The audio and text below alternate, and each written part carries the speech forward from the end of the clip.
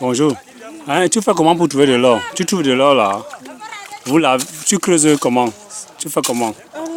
Vous lavez. Et tu as trouvé l'or va rester où dans la cuvette là? Ça tombe où? Dans quoi? Sur le tapis là. Et tu es là depuis le matin? Hein?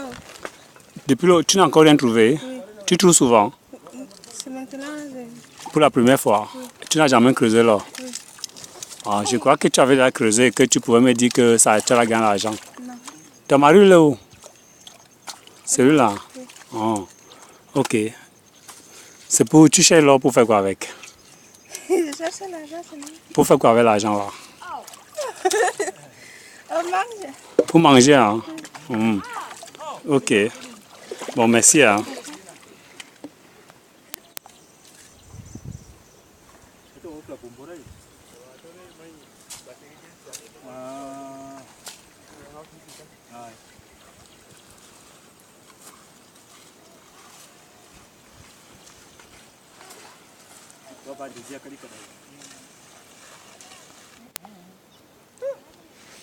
Bon, cette image que vous voyez là témoigne bien en suffisance que l'exploitation minière dans cette localité est bien semi-mécanisée.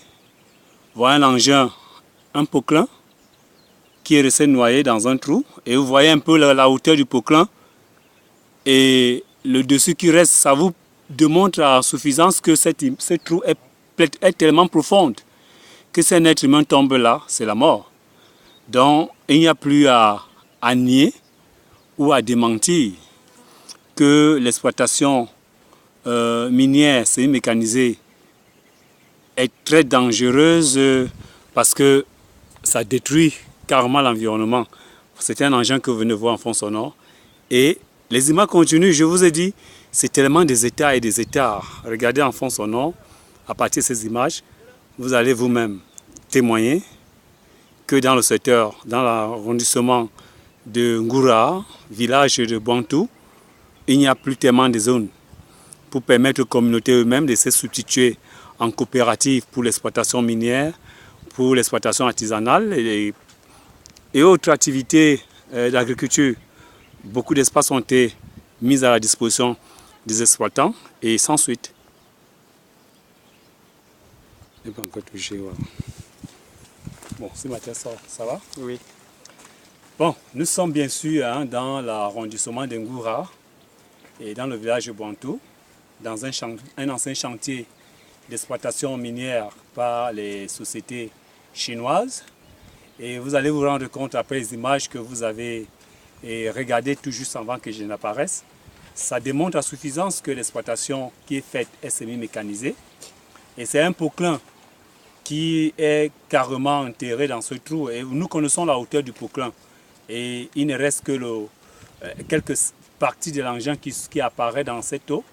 Ça démontre à suffisance que les trous sont tellement profonds et très dangereux aussi pour les communautés qui peuvent s'hasarder de ce côté à la recherche de leur subsistance. Et encore, ça démontre encore une fois que les décisions qui ont été prises dans le cadre de la loi relative à la gestion de nos ressources naturelles, par exemple, dans le cas de ressources minières, il était dit, après l'exploitation, que ces sociétés remblent tous les trous qu'elles ont créés. Mais rien n'a été fait. Ces trous ont été abandonnés au vu et au su de structures chargées de faire appliquer la réglementation au Cameroun.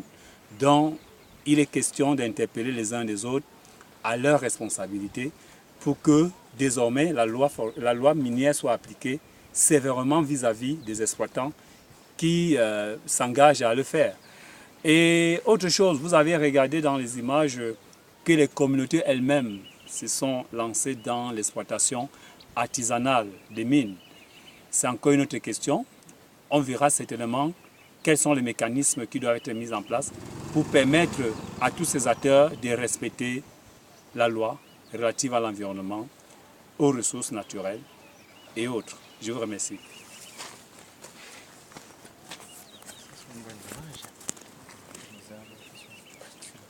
Oui.